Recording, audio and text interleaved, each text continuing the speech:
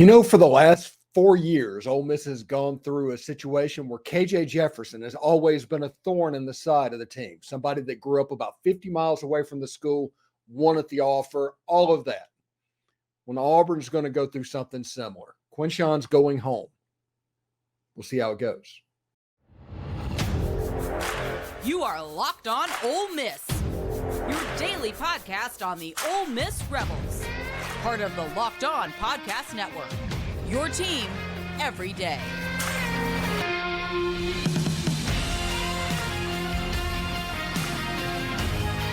Thanks again for making the Locked On Ole Miss podcast your first listen every day. We're free and available wherever you get your podcast, including YouTube. We're part of the Locked On Podcast Network, your team every single day. And also, the Rebels play the Auburn Tigers on Saturday at 6 o'clock Central Time on ESPN. But if you want to listen, you can listen to the David Kellum home team broadcast as Ole Miss looks to continue their run. You can catch every play of that broadcast on SiriusXM Channel 191 or on the SXM app, searching Ole Miss Rebels. Hello, I'm Stephen Willis, and this is the Locked On Ole Miss podcast. Today's episode is brought to you by Jace Medical. Empower yourself when you purchase a Jace case, providing you with a personal supply of 5 antibiotics that can treat 50-plus infections. Get yours today at jacemedical.com. That's JASE medical.com. All right, my name is Stephen Willis, and thanks for tuning in. This is the What to Watch For episode that we're going into the Ole Miss Auburn game this weekend. So, the main thing that people need to watch for, this is Quinshon's homecoming. And last year against Auburn, Quinshon had a relatively big day. Kind of a bane in the existence type performance for Ole Miss when they ran for 400 and something yards that day. I imagine Ole Miss is going to try and run the ball again, and I imagine Quinshon is going to be up for it. See, Quinshon Judkins is from Pike Road, Alabama, which is roughly about 55 miles away from Auburn. It's a suburb of Montgomery, and it's a situation when you talk to Auburn people, they blame Brian Harsin for not offering the kid or even looking at the kid. If that is true, there's probably a chip on the shoulder of the local kid for not getting the Auburn offer. Now, Quinshon's doing quite well at Ole Miss, and I'm sure he's very happy with his decision now. But athletes, and especially high-level athletes, when they get the opportunity to stick it to whoever they felt slighted them, no matter how little of a slight it might be, they usually take advantage of that. Now, Quinshon this season has had a relatively slow start compared to what he did last year, but he has 108 carries, 443 yards, and 6 touchdowns. He did have like 177 against LSU, and he averaged nearly 5 yards a carry against Alabama. So in the biggest moments this season, Quinshon's actually stood up and played pretty well. I expect him to play really well against Auburn. Now, one advantage that Ole Miss is going to have is they have a situation that's like a plus version of what they had with Snoop Connor and Jerry and Ely. And Snoop Connor, made the league for about a year, and Jerry and Ely, I think, has been practice squatting pretty much throughout. But Ole Miss this year, you have a plus Snoop Connor and you have a plus Jerry and Ely in the backfield.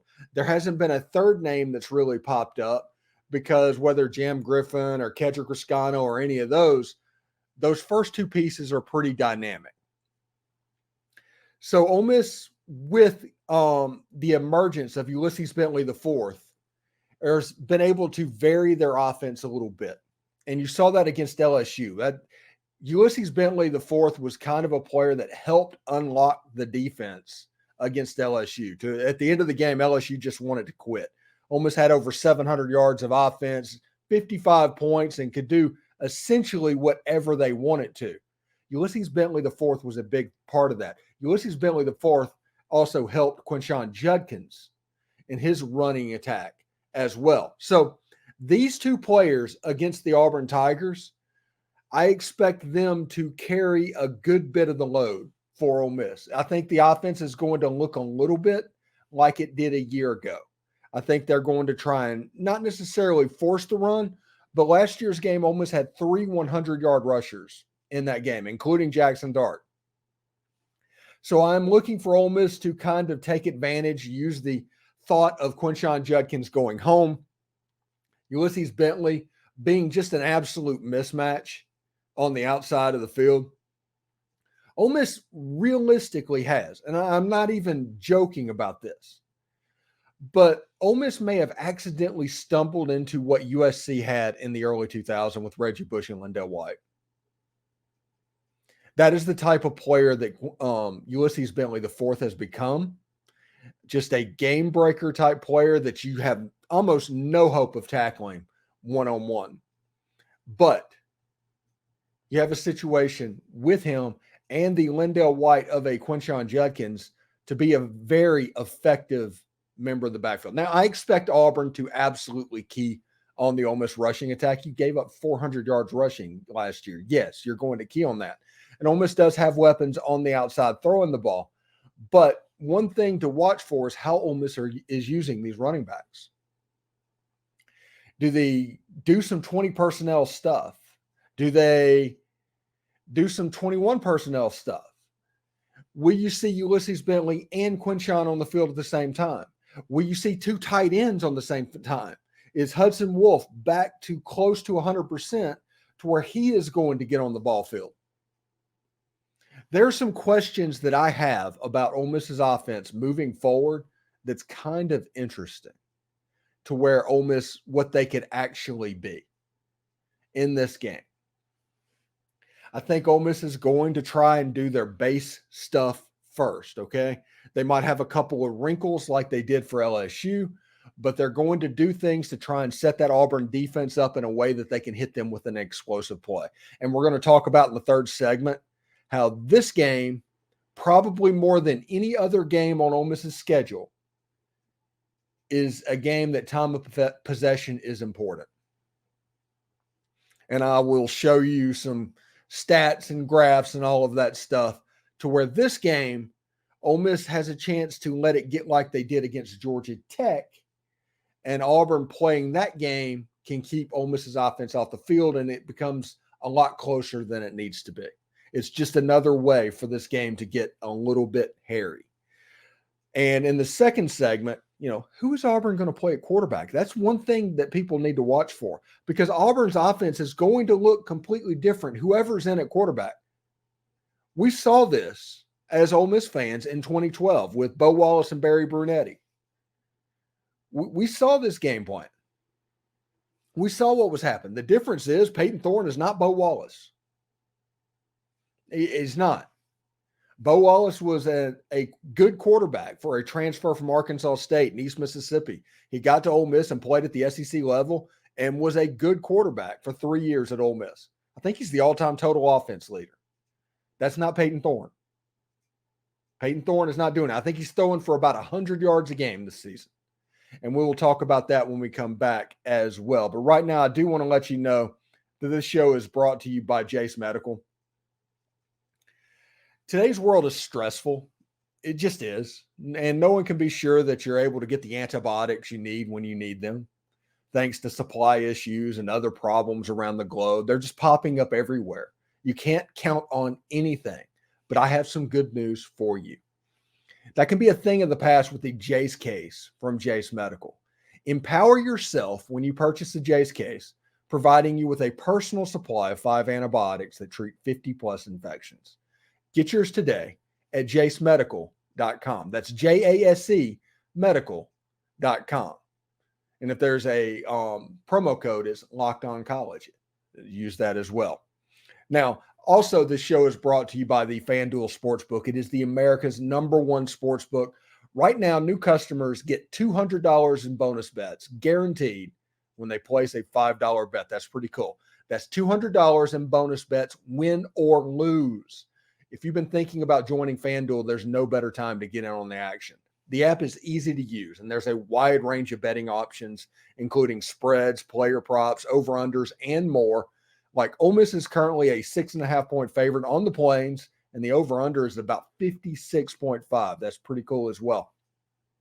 If those numbers tickle your fancy, hit them up and get those bonus bets indeed. So visit FanDuel.com/lockedon and kick off the NFL season. FanDuel, an official partner of the NFL. College football season is here, and this season Locked On is kicking up our coverage with Locked On College Football Kickoff Live. Live each Friday, Locked On will go live at 11 a.m. Eastern on every Locked On College YouTube channel, including this one. College Football Kickoff Live will cover playoff implications, the conference rivalry games, and go in depth like only Locked On can, including insight and analysis from our stable of Locked On College hosts covering their team every day. Find Locked On College Football Kickoff Live every Friday at 11 a.m. Eastern Time on any Locked On College Football YouTube channel. You will not want to miss this. All right. In the first segment, we talked about Quinshon going home and what kind of a storyline that'd be. That's definitely something that people need to watch for. But right now, the interesting thing is the quarterback situation at Auburn is currently not good. Now, I'm not saying that Payton Thorne can't rise up and throw for 320 against Ole Miss. I'm not saying that. I don't think it's going to happen, but I'm not saying that. The way that this quarterback situation is being used, in the beginning of the year, there was very set roles, okay? Payton Thorne did most of the piano carrying, and Robby Ashford did the piano playing down in the red zone. Red zone Robby, everybody remember that. But this situation deteriorated when Payton Thorne has not lived up to expectations. His numbers right now this year, he's 71 of 117. His completion percentage isn't bad. 745 yards, 4 touchdowns, 4 interceptions. To put that in perspective, that's a little bit less than half of what Jackson Dart has put up in the same amount of time. Robby Ashford has not been throwing the ball very much. He's 11 of 22, 123 yards, 2 touchdowns, 0 interception.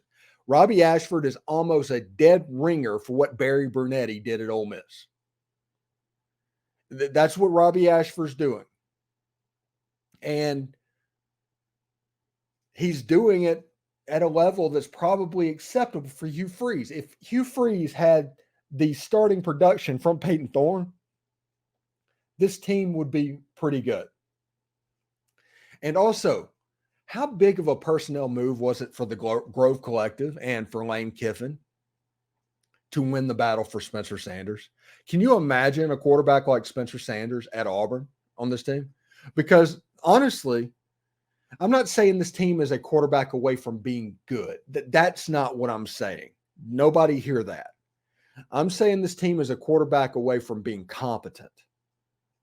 A 2012 version of the Ole Miss Rebels, Hugh Freeze coached football team, to where they're putting scares into people, to where if the defense just comes up with a play, the most of the season looks like the Georgia game did for the Auburn Tigers.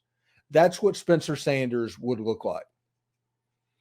Payton Thorne has not delivered that, and he runs the ball pretty well. And in Lane Kiffin's press conference Monday, I think they're coached really well. They don't do a ton of things, but they do them really well. Their defensive coordinator was at Baylor when we played against them. He did a great job against us then. I think it's more to the simple effect of schemes, meaning not do as much as it, but do it really well, coach it really hard, play physical, and tackle really well. There were really good players, too, that were left there. Okay. So defensively, Lane Kiffin, obviously, he remembers what happened in that Sugar Bowl. He remembers that going on. If Auburn had an offense that was complementary to their defense, you would have problems. But you have a situation where Auburn is, having the tempo discussion, where Auburn is trying to figure out how to protect that defense. Because like I told you yesterday, the first 11 players on that Auburn defense, pretty good. They can do some stuff. It's when you get to 12 to 22. It's when you get to 23 to 33. That is a problem. And honestly, everybody needs to understand that. And we're going to talk about this next segment about time of possession and why it's important in this game. And a lot of it is that defense being the way it's constructed. Ole Miss needs to convert third down. Auburn needs to get off the field on third down. But if Ole Miss can string drives together, and kind of add up plays, because it's not just time of possession, it's total play count. Auburn wants this game with Ole Miss to have a total number of plays of around 65. If Auburn keeps Ole Miss at around 60 to 65 plays, they're happy. They're in their golden hour. If Ole Miss gets up over 80 plays, because 80 plays with the new clock rules, the new 90 plays, if they get up over 80 plays, Auburn doesn't have much of a chance. I don't think they can win a shootout against Ole Miss. I don't think they have the players to do it. And then this is the interesting thing, and this is going to tick maybe some Auburn people off, but it's the truth. And everybody likes to point out that Ole Miss's history down there it's not good. The history in Jordan-Hare Stadium is not good. The history against Auburn is not good. Well, the reason it's not good is for the better part of the last 50 years, Auburn's had better teams than Ole Miss, to where Ole Miss had to go over there and pull an upset. So Ole Miss has only pulled an upset a rare number of times on the Plains. When Ole Miss has near talent, like if you look at that, the coach gets fired that year, that stat that Auburn likes to put out whenever the talent is close, whenever they're playing the same level, Ole Miss usually gets them. This is a game to where Ole Miss has better football players on their constructed roster than the Auburn Tigers. They just do. They're better at quarterback. They're better at wide receiver. They're better at running back. They're better on the offensive line. Defensive line, they're better. Linebackers probably about a wash, maybe, but not really. I mean, it could be about 50-50 in the secondary. Auburn's a little bit better in the secondary. But overall, if you just look at it, Ole Miss probably has the better field goal kicker. I don't know if Ole Miss has the better punter. They have the much more complete depth to where they're winning games in the fourth quarter. It's not that it's just Ole Miss has trouble with Auburn. Ole Miss usually has worse teams than Auburn. And this isn't 15 years ago when that was the case. In 2021, Matt Corral came in the game hurt, and every Ole Miss receiver was out. Ole Miss was a touchdown favorite in that game. Auburn won. Auburn upset Ole Miss that day because Ole Miss had their problems and Auburn got them. That would be the situation that Ole Miss is going into. Can Auburn upset Ole Miss? And for that to happen, if Ole Miss plays at their best and Auburn plays at their best, Ole Miss wins this game. No doubt. So for Auburn to win this game, something has to happen. That means Ole Miss is playing less than their best. There has to be turnovers and then penalties.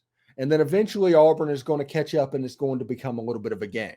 And one way that Auburn can do this is through time of possession and by keeping that defense fresh. And we're going to talk about that in the third segment. This game, more than any other, and I generally think time of possession is just it's not necessarily a stat that matters, but in this game it will. This is one of those games that's situational. In this game it will. And I'll tell you about that in just a little bit. But right now I do want to let you know that passion, drive, wait just a second, hit the wrong button. All right. Passion and drive and patience is what brings the winning trophy home. It's also what keeps your ride or die alive.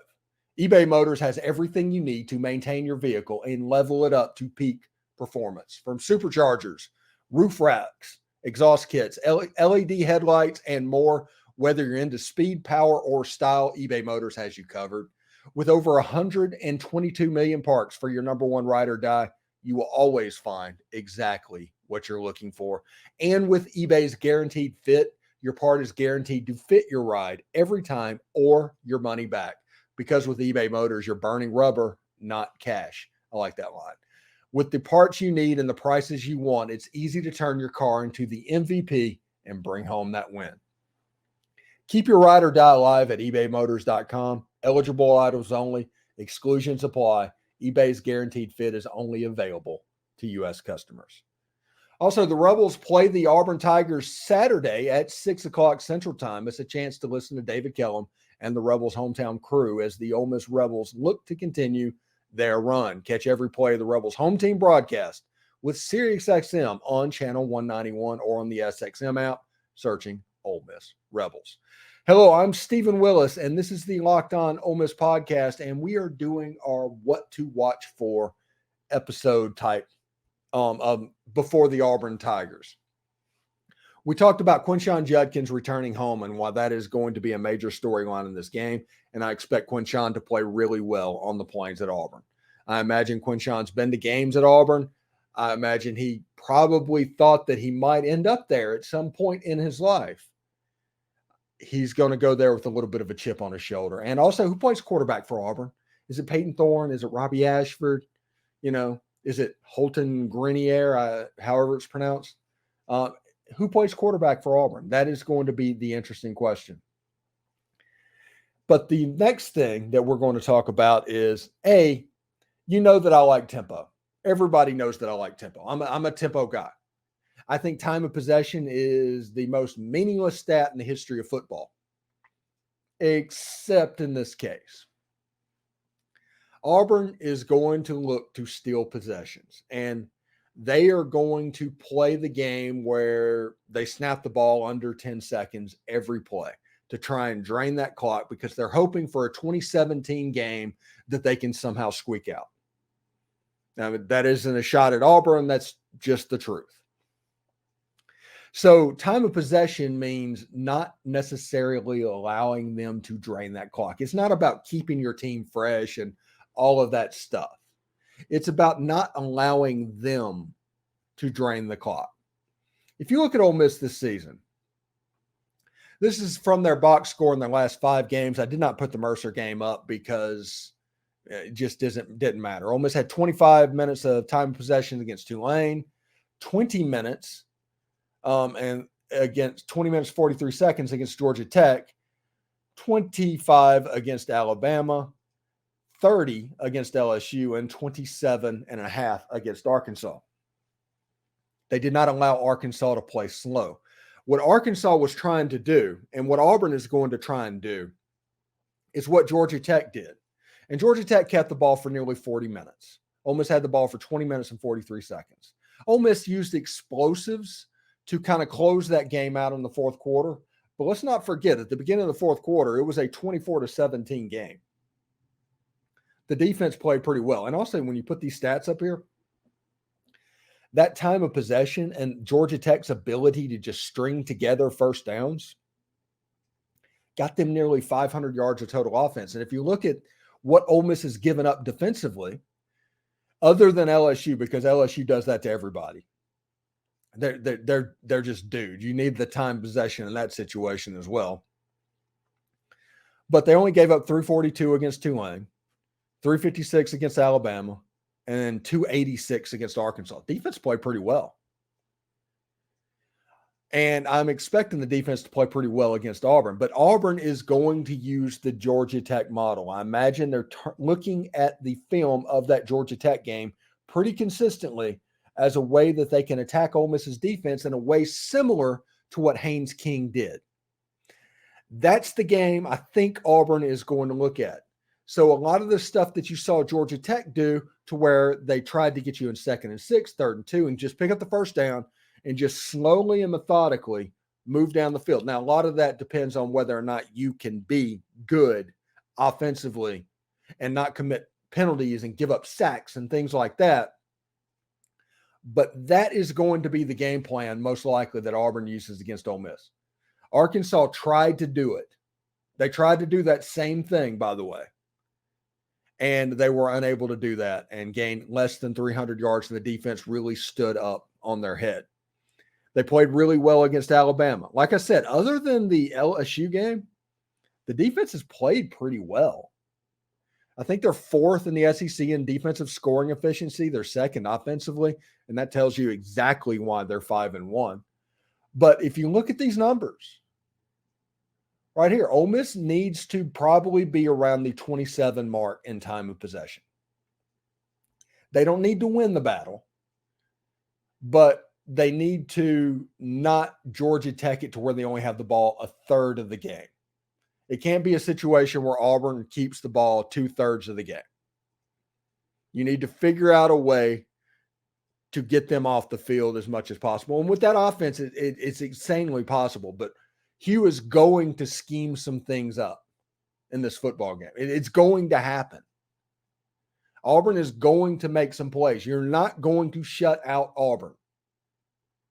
So the offense needs to string together some first downs. You need to have a game plan, honestly, similar to the LSU game plan, where you just get it to your athletes out in space, you get them out on the edge, also hit in the middle of the field with Quinshon Judkins, stay out of 2nd and 10, stay out of 3rd and 10. And if that happens and you don't allow that stadium to get absolutely bonkers, you're probably going to be all right against Auburn. And then you'll get ready for Vanderbilt, then you'll get ready for A&M, and then you'll get ready for Georgia. I mean, that is what we're dealing with right now. Absolutely. I'm working towards a prediction for the game. I at this point, I do not think it's going to be as close as the spread. I think this game has a chance to get sideways on Auburn. But I do think there's a possibility that Auburn comes out and plays above their head. So I'm still kind of formulating where my prediction is going to lie. But that's it. Quinshon Judkins returning to the area. That's a big thing to watch for. Who plays quarterback for Auburn? That's going to determine a lot of what they do and who wins the time of possession and by how much. Not necessarily who wins the time of possession, but by how much. You can't have a situation like Tennessee and Kentucky a few years ago when Tennessee had the ball for 15 minutes. Auburn is going to play slow. They have to play slow. They can't get into a shootout in this game. Because if that happens, their defense is just going to get worn out. And if their defense gets worn out, we saw what this offense can do. Anyway, thanks again for making the Locked On Ole Miss podcast your first listen every day. We're free and available wherever you get your podcast, including YouTube. We're part of the Locked On Podcast Network, your team every single day. I do hope everybody has a good day Wednesday. We have lows getting down into the 50s in Central Florida, which means everybody is panicking. It's pandemonium. Get ready. We're looking for that winter outfit that we have in the closet that we wear 2 days a year. That is where we're at. Socks with flip-flops type weather happening right now in Central Florida. Also, props. I think it's Trevay. One of the I forget his name.